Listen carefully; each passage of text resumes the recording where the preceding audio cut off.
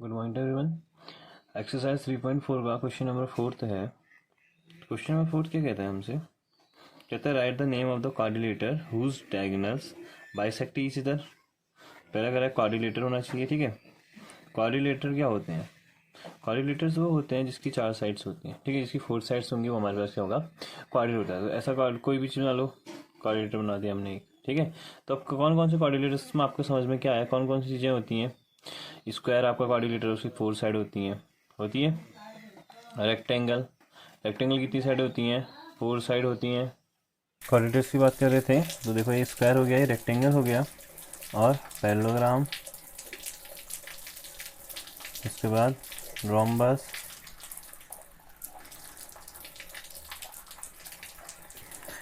और क्या हो सकता है? काइट हो सकता है। पैरेललोग्राम अभी क्वाड्रिलेटर की बात चली, ठीक है। काइट हो सकते हैं, और जिसकी 4 साइड जो भी आपको 4 साइड का दिखेगा वो सब हमारा क्या होगा? क्वाड्रिलेटर होगा। तो पहला क्वेश्चन कह रहा है बाइसेक्ट ईच अदर। क्वाड्रिलेटर तो होना ही होना चाहिए, वो सिंपल सी बात। लेकिन क्या मतलब बाइसेक्ट ईच? बाइसेक्ट का मतलब होता है काटना, बाई का मतलब होता है 2 पीस, ठीक है। सेक्ट मतलब काटना, 2 पीसों में कट कर देंगे इसको, ठीक है। बाइसेक्ट ईच अदर मतलब उसके जो डायगोनल्स हों वो बराबर ही क्या हो जाए? कट हो जाए, ठीक है।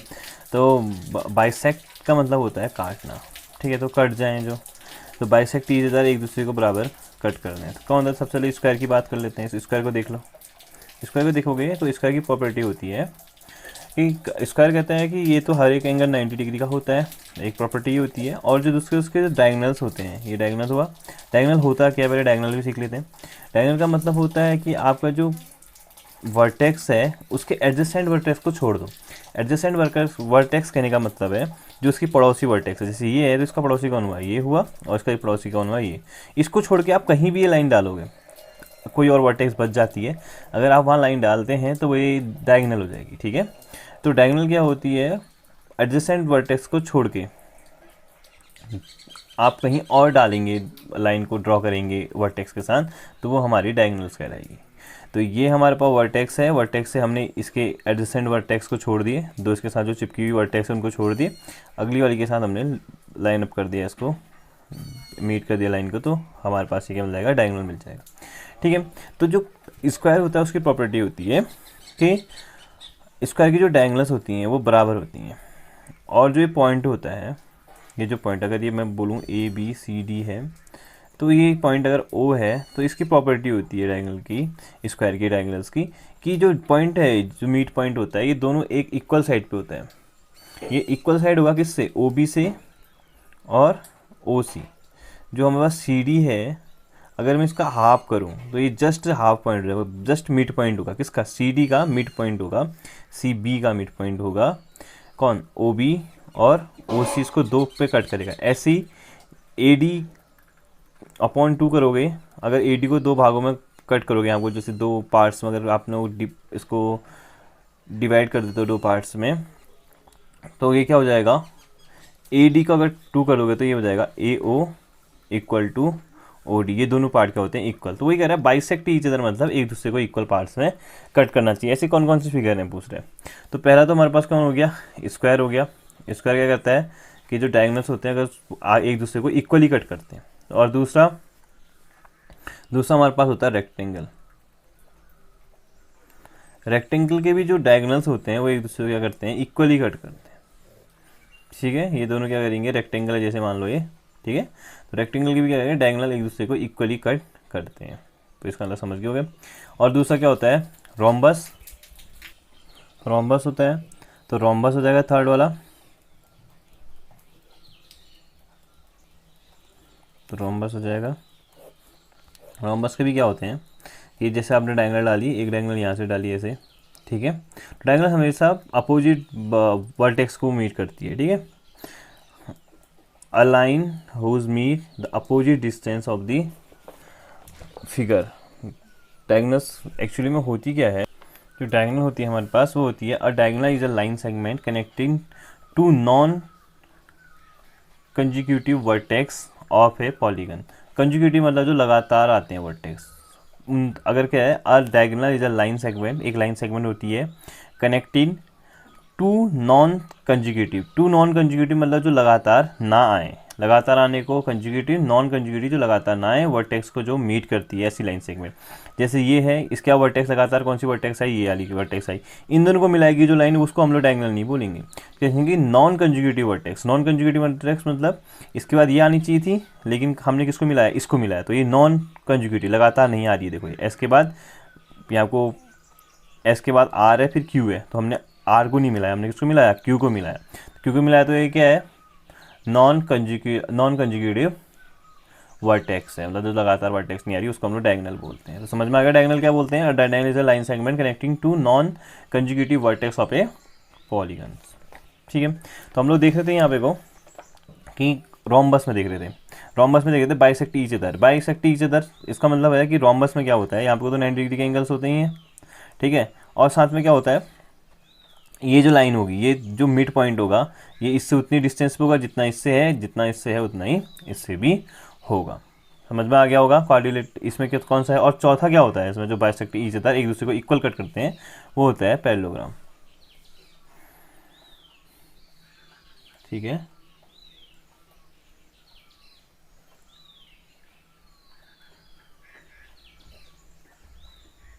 अगला है पैरेललोग्राम। पैरेललोग्राम में सेम ऐसे बनता है पैरेललोग्राम, दोनों साइड पैरेलल हो जाएंगी, डायगोनल्स ड्रॉ करोगे, ये डायगोनल होगी, ये डायगोनल होगी, एक दूसरे को क्या करेंगी, ये इक्वली कट कर देंगे, बाइसेक्ट ईच अदर, तो ये दूसरे को क्या करेंगे, कट कर देंगे। अब ये फॉर्मूला काइट पे नहीं आता, काइट पे नहीं आ पाता है, काइट ऐसे लंबी होती है। अब इसकी जो डायगोनल्स होंगी, देखो एक यहाँ जा रही है, एक यहाँ पे जा रही है, देखो बाइसेक्ट तो कर, ये यहाँ पे कटेगी तो ये देखो लंबी दिख रही है तुम्हें, और ये अलग क्या दिख रहा है आपको, छोटा दिख रहा है, तो ये एक दूसरे के इक्वल नहीं होते हैं। ये देखो ये एक दूसरे को इक्वली कट नहीं करते, तो काइट में ये फॉर्मूला नहीं लग पाता है। तो किस इसमें होते हैं डायगोनल, किसी से इक्वली कट कर सकते हैं, स्क्वायर के करते हैं, रेक्टेंगल के करते हैं, रोम्बस के करते हैं और पैरेललोग्राम के करते हैं। आई होप यहाँ तक समझ में आ गया होगा आपके पहला। दूसरा क्वेश्चन कह रहा है इसी पे, दूसरा क्वेश्चन कह रहा है हमारे पास, are perpendicular bisector of each other. Are perpendicular, perpendicular का मतलब होता है, परपेंडिकुलर का मतलब होता है 90 डिग्री का एंगल बनाया, perpendicular bisector of each other. By perpendicular होना चाहिए, बाइसेक्टर तो एक दूसरे को करनी चाहिए, करनी चाहिए। बाइसेक्टर आपको समझ में आया होगा, बाइसेक्टर का मतलब होता है कि एक दूसरे को इक्वली कट कर देना। ठीक है, बाइसेक्टर ऑफ ईच अदर को ऐसे कौन कौन से फिगर होंगे, पहले तो हम लोग बाइसेक्टर देख लेते हैं। बाइसेक्टर कौन है, हमारे पास 4 फिगर है, बस अब इन 4 को देखना है। परपेंडिकुलर भी होना चाहिए, परपेंडिकुलर 90 डिग्री का एंगल बनाना चाहिए। किस में बनाता है 90 डिग्री का एंगल, एक बनाता है हमारे पास स्क्वायर में, स्क्वायर को तो आपको पता है हर एक एंगल क्या होता है 90 डिग्री का होता है, और एक बनाता है रोम्बस में, रोम्बस में भी क्या बनाता है 90 डिग्री का एंगल बनाता है। देखो स्क्वायर में कैसे बनाता है, स्क्वायर में जब ये मिलते हैं यहाँ पे को, तो ये एंगल 90 डिग्री का होगा। कैसे दिख रहा है आपको, ऐसे दिख रहा है कुछ, ये लाइन गई और ये सीधी स्ट्रेट लाइन जा रही है। ठीक है, तो ये 90 डिग्री का एंगल आपको फॉर्म होता दिख रहा होगा। सेम ऐसे का हर एक एंगल कितने का होता है 90 डिग्री का होता है, किसमें होता है स्क्वायर में होता है। प्रॉपर्टी नहीं पता, ये पढ़ी है तो पढ़ लेना एक बार अच्छे से। स्क्वायर होता है, और कौन सा होता है रोम्बस में भी होता है, रोम्बस में भी क्या होता है 90 डिग्री का एंगल बनता है, बाइसेक्ट ईच अदर 90 डिग्री का एंगल बनता है। रेक्टेंगल भी नहीं बनता है, हाँ क्वेश्चन बच्चों को बहुत कंफ्यूजन होता है, रेक्टेंगल में 90 डिग्री का एंगल नहीं बनता है। ये बना एक दूसरे को बाइसेक्ट ईच अदर, एक दूसरे को बराबर डिस्टेंस तो होगी, लेकिन ये 90 डिग्री का एंगल है ये जरूरी नहीं है, ये 90 डिग्री का एंगल है ये जरूरी नहीं है, लेकिन स्क्वायर में 90 डिग्री का एंगल होता ही होता है। समझ में आ गया होगा आपके। थर्ड पार्ट है इसका, थर्ड वाले में कहता है हमसे कि आर इक्वल, क्या डायगोनल्स आर इक्वल। ठीक है, डायगोनल्स की बात चली थी ऊपर, तो डायगोनल्स आर इक्वल, किस किस के डायगोनल्स इक्वल होते हैं। तो डायगोनल्स के इक्वल किस किस के होते हैं, एक हमारे पास होता है रेक्टेंगल, रेक्टेंगल के क्या ये जितना होगा ए बी जितना होगा उतना ही क्या होगा बी सी होगा, ए सी डी होगा। ठीक है, तो ए बी इक्वल टू होगा, ए बी इक्वल टू होगा सी डी, ये दोनों की डायगोनल्स क्या होगी इक्वल होगी। और दूसरा होगा स्क्वायर, स्क्वायर में भी क्या होगा ए बी सी डी है, तो A B equal to A C equal to B D. ठीक है, ये दोनों क्या होंगे आपस में इक्वल होंगे। तो समझ में आ गया होगा, इसका आंसर क्या हो जाएंगे आर, इसका हो जाएगा स्क्वायर एंड रेक्टेंगल। तो रेक्टेंगल होता है, और एक बस इसमें कौन नहीं होता है, इसमें रोम्बस नहीं होता। रोम्बस में जरूरी नहीं है कि ये दोनों डिस्टेंस, देखो रोम्बस में वैसे आपको दिख रहा होगा, ये देखो ये शॉर्ट डिस्टेंस दिख रही है, जल्दी से छोटी डिस्टेंस, ये कितनी लग रही है बड़ी दिख रही है। तो हम लोग नहीं कह सकते क्या है हमारे पास ये दोनों की ये जितनी होगी उतनी ये भी होगी, ऐसा नहीं कह सकते रोम्बस में। क्लियर हो गया। लेकिन हम लोग कह सकते हैं कि ये जो पॉइंट 0 कट हो रखा है, ये जितनी डिस्टेंस है उतनी डिस्टेंस ये है, जितनी डिस्टेंस ये है उतनी डिस्टेंस ये है। ठीक है, अब यहाँ तक समझ में आ गया होगा। तो क्या है, डायगोनल्स को बराबर होनी चाहिए वो डायगोनल्स। ठीक है, तो डायगोनल्स किसकी होती हैं, स्क्वायर की और रेक्टेंगल की होती हैं। ये क्वेश्चन समझ में आ गया, इसमें स्क्वायर और रोम्बस है इसका आंसर।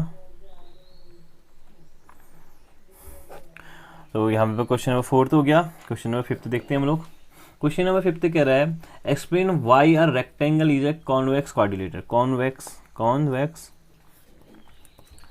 क्वाड्रिलेटर। कॉन्वेक्स का मतलब होता है हमारे पास सिंपल सा कि जिसके डायगोनल्स, कॉन्वेक्स और कॉनकेव दो चीज़ होती हैं। कॉनकेव मैंने आपको बताया था जिसमें गुफा जैसा बनता हुआ फिगर दिखे, कॉन्वेक्स में आपको गुफा नहीं दिखेगा। दूसरी चीज़ बताई थी मैंने कि इसमें जो एंगल होगा वो मोर देन 180 होगा। एंगल कितना होगा, मोर देन 180 होगा। तीसरा मैंने बताया था कि जो डायगोनल्स होती हैं, डायगोनल्स मीट इन इंटीरियर होगी, इसमें तो इंटीरियर में मिलेगी, इंटीरियर होगी, और इस वाले के लिए क्या होगी, एक्सटीरियर होगी। फिर से बताता हूँ मैं, इसमें तो होगी इंटीरियर, इसमें होगी एक्सटीरियर। कैसे बोला मैंने, जैसे मैंने बनाया, पहले कॉनकेव बना लेता हूँ। कॉनकेव बनाया, कोई भी फिगर बना लो जिसमें गुफा जैसा बन रहा हो। ये गुफा बन गई, देखो ये बन गई, यहाँ को अंदर को आ रहा है तो क्या बन गई, ये गुफा बन गई। अब मैं इसमें डायगोनल्स ड्रॉ करूँ, आप इसमें डायगोनल्स ड्रॉ करो। डायगोनल्स क्या होता है, non vertex, non conjugative vertex. अभी बताया था वो डायगोनल क्या होता है, नॉन कंजुगेटिव वर्टेक्स। लगातार नहीं आनी चाहिए, तो ये तो नहीं हो सकती, लगातार नहीं आएगी तो कौन सी होगी, ये वाली होगी। इन दोनों को मिलाया, देखो ये लाइन तो क्या है, अंदर है, इंटीरियर दिख रही है आपको, एक इंटीरियर। अब इस वाले के लिए ड्रॉ करो, इस वाले से देखो, ये तो नहीं हो सकती, ठीक है, ये हो सकती है, लगातार नहीं आएगा, ये भी नहीं हो सकती, ये भी नहीं हो सकती, कौन सी होती है, ये हो सकती है। इसको मिलाओगे तो कहाँ आ रहा है, देखो बाहर आ रहा है फिगर के। फिगर कैसा था हमारा, कुछ ऐसा था, और ये वाला हिस्सा क्या हो गया, इसके बाहर का हिस्सा हो गया। बाहर का हिस्सा मतलब एक्सटीरियर। तो डायगोनल कहाँ जा रही है, इसके एक्सटीरियर में आ रही है। जिसकी डायगोनल एक्सटीरियर में आएगी उसको क्या बोलोगे आप, कॉनकेव बोलोगे। ठीक है, कॉनकेव बोलोगे। और कॉन्वेक्स क्या होगा, जैसे हमारे पास कुछ भी स्क्वायर रेक्टेंगल। अब देखो इसकी मैं डायगोनल्स ड्रॉ करता हूँ। अगर मैं इसकी डायगोनल ड्रॉ करता हूँ तो देखो ये मैंने इसकी डायगोनल ड्रॉ करी, यहाँ आई, इसकी डायगोनल ड्रॉ करी यहाँ आई, तो दोनों की दोनों डायगोनल्स कहाँ आ गई, अंदर आ रही है। कहाँ आ रही है, इंटीरियर में आ रही है, ना इंटीरियर में। तो इंटीरियर में आ रही है तो कौन सा होगा, वो कॉन्वेक्स होगा। और बाहर आएगी डायगोनल तो क्या होगा, एक्सटीरियर होगा। तो पूछ रहा है कि रेक्टेंगल में क्या होता है, explain why a rectangle is a convex quadrilateral. Convex quadrilateral क्यों होता है, क्या रेक्टेंगल, रेक्टेंगल देख लो, रेक्टेंगल बन गया। अब इसकी डायगोनल्स ड्रॉ करो, कहाँ आ रही है डायगोनल्स, इंटीरियर। तो इसका आंसर हो जाएगा because rectangles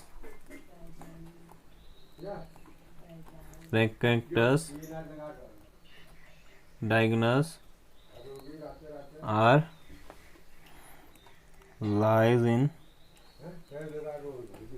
interior of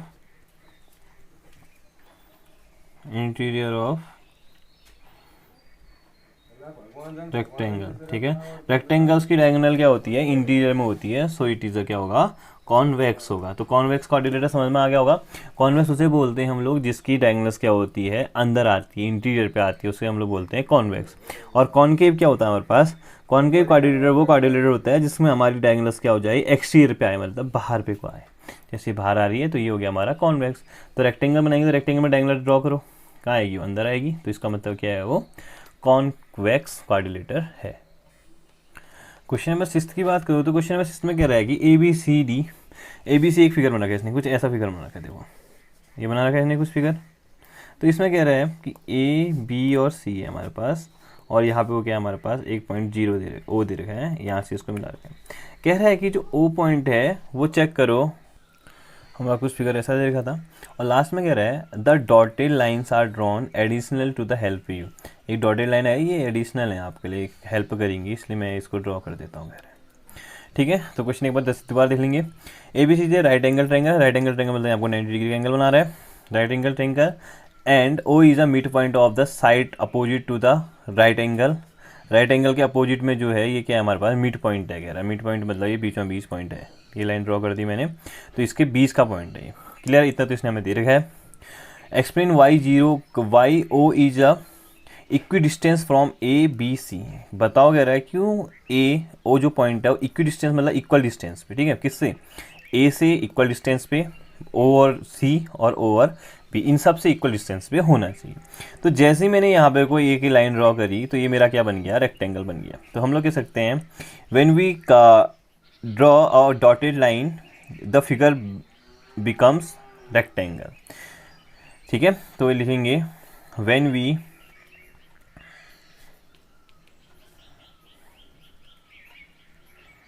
we drawn dotted line figure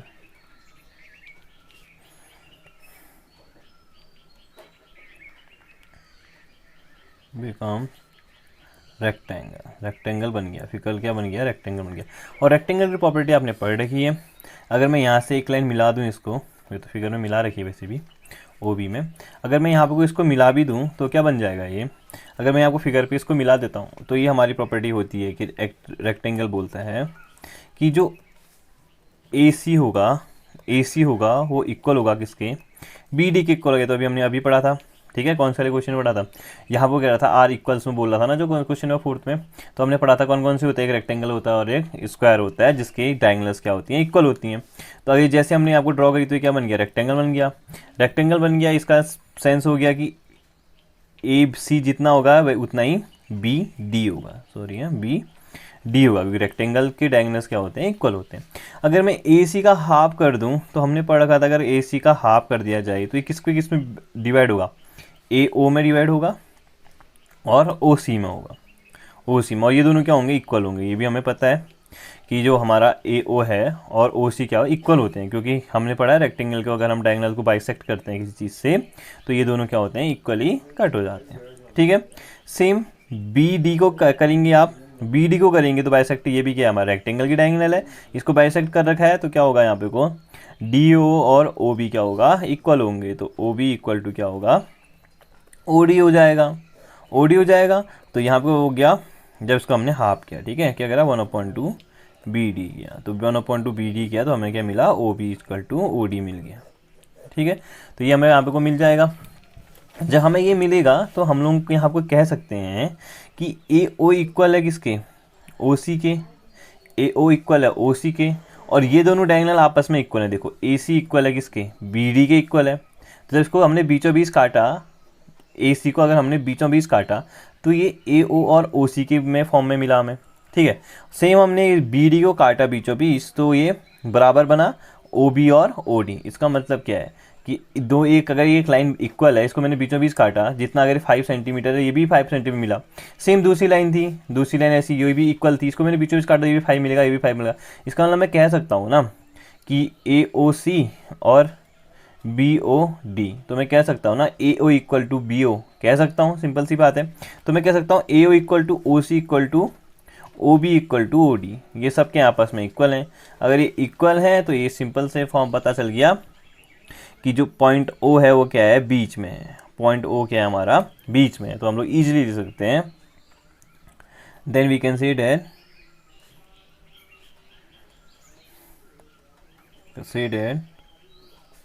point O is equidistant